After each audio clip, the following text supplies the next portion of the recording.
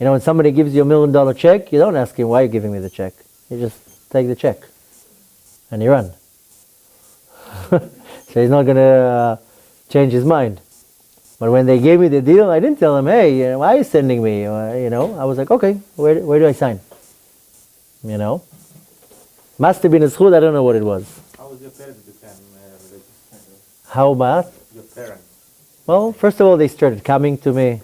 They saw, how we keep Shabbat, I put tefillin. It's slowly. They saw. Some people, they just need a little push. Some people need a lot of work. My mom just needed a little push. The thing is that our parents, or let's say, 2 generations back, 3 generations back, everybody was religious. 200 years ago, there wasn't such a thing as a Jew that wasn't religious. Maybe 150 years ago, Jews started to become, modern. So my parents, your parents, their grandparents were religious. My father tells me, I remember when I was a little kid, my grandfather used to put tefillin on. My mom tells me, I remember my grandfather used to go to Beit Knesset on Yom Shabbat. They just became so far away that, the way out is very easy. So 1, 2, 3 generations back, they became far away and that's it. But don't go too far back, you'll see that most of our ancestors were religious. So when parents see their child suddenly becomes observant, first of all, it arouses like these, this memory. Wow, my grandfather used to take, my father kept telling me, my grandfather used to take me to Beit Knesset when I was a little kid. He used to buy for me to put the rimonim on the Sefer Torah. When I took my father first time to Beit Knesset, he got excited, I put a talit on him, Neshama wakes up. You make a person do a mitzvah, Neshama wakes up, it gets this excitement. You can't take it from anyone. Nobody can come and tell you. If you take a person and you make him do a mitzvah, and he doesn't get somewhat excited, wow, his soul is so in the klipot. But most people, you make them do a mitzvah, you bring them to a Sudat Shabbat, to a shul, whatever, the Neshama gets this excitement. That's the whole point. You can't really come to a Jew and tell him, be religious. It doesn't work like that. You can invite him to a shiur Torah. That's how when I went to this Rav to a shiur Torah, I was like, wow, amazing. You invite somebody to your Shabbat table, sees beautiful Shabbat table and dinner and nice kids and divrei Torah. You have to show how beautiful the Torah is. And when you show people how beautiful it is, as far away as they are, they get something. They want it. How many people come to my Shabbat table, they come totally not religious. I see them texting under the table. But I don't care. They eat kosher food, they say Birkat HaMazon, they see my kids, they get Kedusha. 3-4 hours. It does something. Wakes up their neshama. This girl now, a few months ago, she came to our Shabbat table and started coming every week. And she tells me, every Shabbat, I go, Sunday, I'm like, hyped up, excited. By the end of the week, like all this energy wears off. I have to come back to another Shabbat. So now, Baruch Hashem, she keeps Shabbat. But a person, when you just need to get a person, like you said, if parents, brothers, whatever, just get them a little bit closer. The neshama already does the job. You just have to get a person closer. Like my father, one time he came to visit us, and it was Erev Shabbat. I told him, okay, we're going to the mikveh. Now, if I would tell him, let's go to the mikveh, he would tell me, no way, I'm not shagada. So I sent my son. I told him, go tell your grandfather to come with us to the mikveh. So my little boy came to my father and told him, Saba, are you coming to the mikveh? So my father said, no, just go with your father. So my son was like shocked. He's like, what? You're not going to the mikveh on Erev Shabbat? He couldn't understand it. So my son convinced my father to come to the mikveh with us. So my father was like, okay, I'll do it for my grandson. So he came, he took shower, he went into the water. He didn't even know what he's doing. But just the fact that he went into the water and came out, he was playing with my son. But just the fact that we brought him to the mikveh and he went, mikveh is so special. So the whole point is sometimes, you just need to get the person to do something. You have to get them all excited. You wanted to ask something. I see you in the back constantly. Yes. Huh? You answered the question. I answered? אז- סליחה. Father. Don't let the curiosity work on the bad side of you. Let the curiosity work on the positive side. Very good. Huh? They're working very well. Baruch Hashem. Now utilize it to good things. Yeah. But the thing is that my father, when I first became religious, and I would tell him, why don't you put tefillin on every day? It takes 5 minutes. He's like, nah, what for? So I told him, I told him my story. He's like, I'm not worried. I'll go up there. I have you. Batzlacha. He's like, in Hebrew, he told me, יש לי פרוטקציה. I have connections. I'll tell them, you're my son. I'll get a clean slate. So in one way, it's kind of true. Now, it works from generation up, down to up.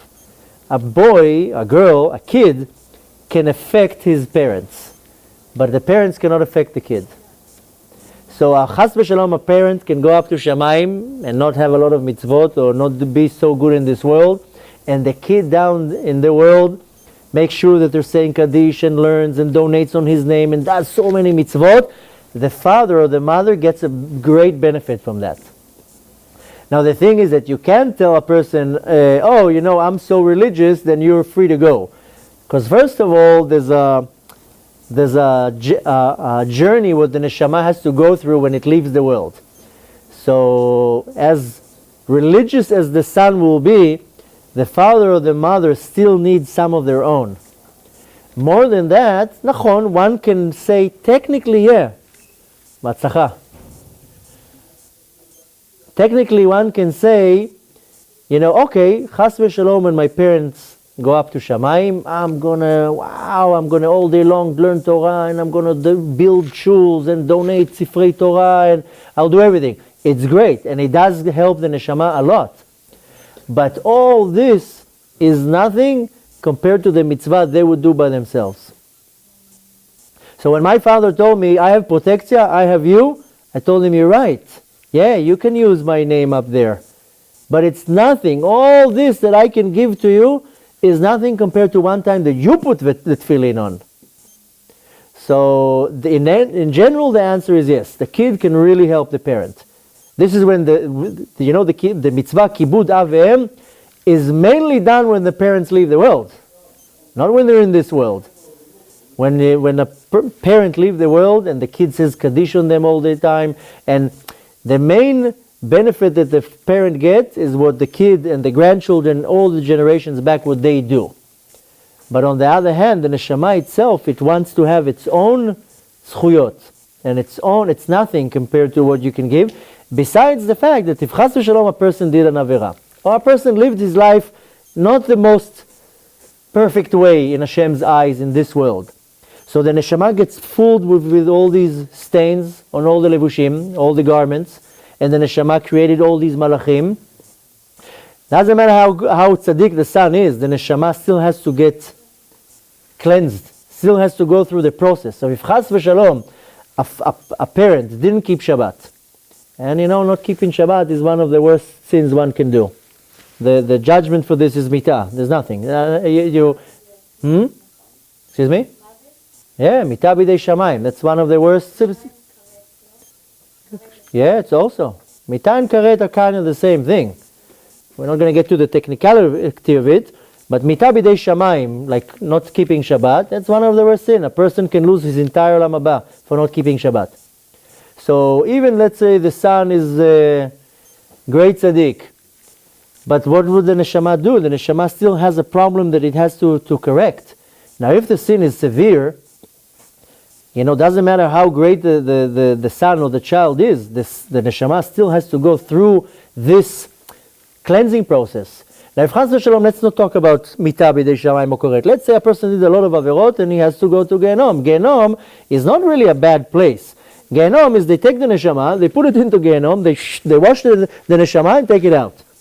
So the same way that if, I always give the same example. A little kid goes out to play and he goes and gets all dirty in mud. He comes home, so the clothes, he takes off, puts the clothes in the washing machine, doesn't really hurt. But then he has a lot of stains on his body. You wanted to ask a question? No, we just want to get So wait 1 minute, I'm going to finish. Thank you. One minute. So he takes off the clothes, puts it in the washing machine, doesn't hurt at all. But then he has a lot of stains on his body, so that you have to wash with hot water. And if the stains are very deep, you have to scrub it, and it hurts. That's Genom. The stains get attached to the neshama, so Genom is washing all of it off. So if Chas v'Shalom a person lives his life a certain way, it doesn't matter, the son can be tzaddik, so instead of being 1,000 years in Genom, he'll be 100 years in Genom. But he still has to go through some type of cleansing, and the person, the son can get him out of many different things, son, daughter, either way, but he still has to get some type of cleansing, and it's not fun for the soul. So the better is to worry about the parents, is to come and slowly try to affect them. Now I know with parents it's very, very hard to come to the parents and tell them do this. The main thing what you can do is show them how great it is when you do it. And soon you get married, you invite them to Seudat Shabbat, and then they see your kids, the kids are nice and behaved. You know what my mother keeps telling me? I love all my grandchildren, but your children are Torim. They don't answer back, they don't curse, they don't have all these shtuyot in their mind. It's a big difference. So it's a process. You can't come to the parents, is very, very hard. Some parents are very easy to influence. Some parents, it's enough for you to show them how amazing you are because you became religious. How much more kibud avim you do, how much more good things you do. But you want to try to affect your family, your friends, anybody, as much as possible, without a place that you push them too much. Sometimes when you push a person, they fall back. You have to do it in a movement, in tnuah of pulling towards you. But when you get to the point that you understand, oy va'avoy, what they're going to have to go through when they go out away from this world, that only needs to arouse you to be like, okay, how can I make them do the mitzvah in this world? Here to do a little mitzvah, here to take them to a shiur, whatever you can. It's not easy, but whatever you can, you want to do.